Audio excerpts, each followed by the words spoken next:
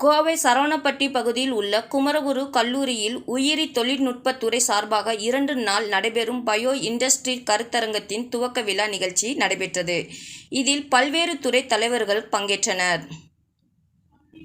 கோவை சரவணப்பட்டி பகுதியில் குமரகுரு கல்லூரி உள்ளது. இக்கல்லூரியில் உள்ள உயிரி தொழில்நுட்பத்துறை சார்பாக 2 நாட்கள் நடைபெறும் பயோ இண்டஸ்ட்ரி கருத்தரங்கத்தின் துவக்க விழா இன்று கல்லூரி வளாகத்தில் நடைபெற்றது. இதில் வளர்ந்து வருகின்ற போக்குகள், வாய்ப்புகள், சவால்கள் குறித்து மாணவர்கள், ஆசிரியர்கள், தொழில் வல்லுநர்கள் கலந்து கொண்டனர். உயிரி மருந்து மற்றும் உயிர் தகவலியல் துறையில் புதுமைகள் குறித்து விவாதிக்கப்பட்டது. இந்த நிகழ்வில் கேசிடி பயோ டெக்னாலஜி துறை தலைவர் டாக்டர் வினோகர் ஸ்டீபன் ராபில் வரவேற்புரையாற்றினார்.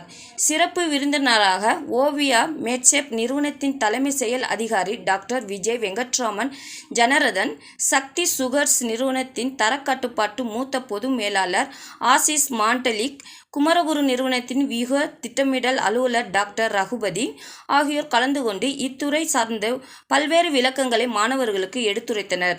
மாணவர்கள் மத்தியில் டாக்டர் விஜய் வெங்கட்ராமன் கூறுகையில், bio pharmaceuticals, bio IT, bio சேவைகள் மற்றும் விவசாய உயிரி தொழில்நுட்ப ஆகியவைகளில் உள்ள பல்வேறு முன்னேற்றங்கள் மற்றும் கண்டுபிடிப்புகள் தொழில்துறைக்கு தேவையான முக்கிய பங்குகளாக உள்ளது. அத்தகைய தேவைக்கு இன்றைய கல்வி முறை சிறந்த கருவியாக உள்ளது.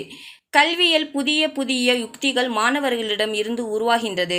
இவ்வகையான உருவாக்கத்திற்கு இவ்வாறான கருத்தரங்குகள் முக்கிய காரணியாக செயல்படுகின்றன என்றார்.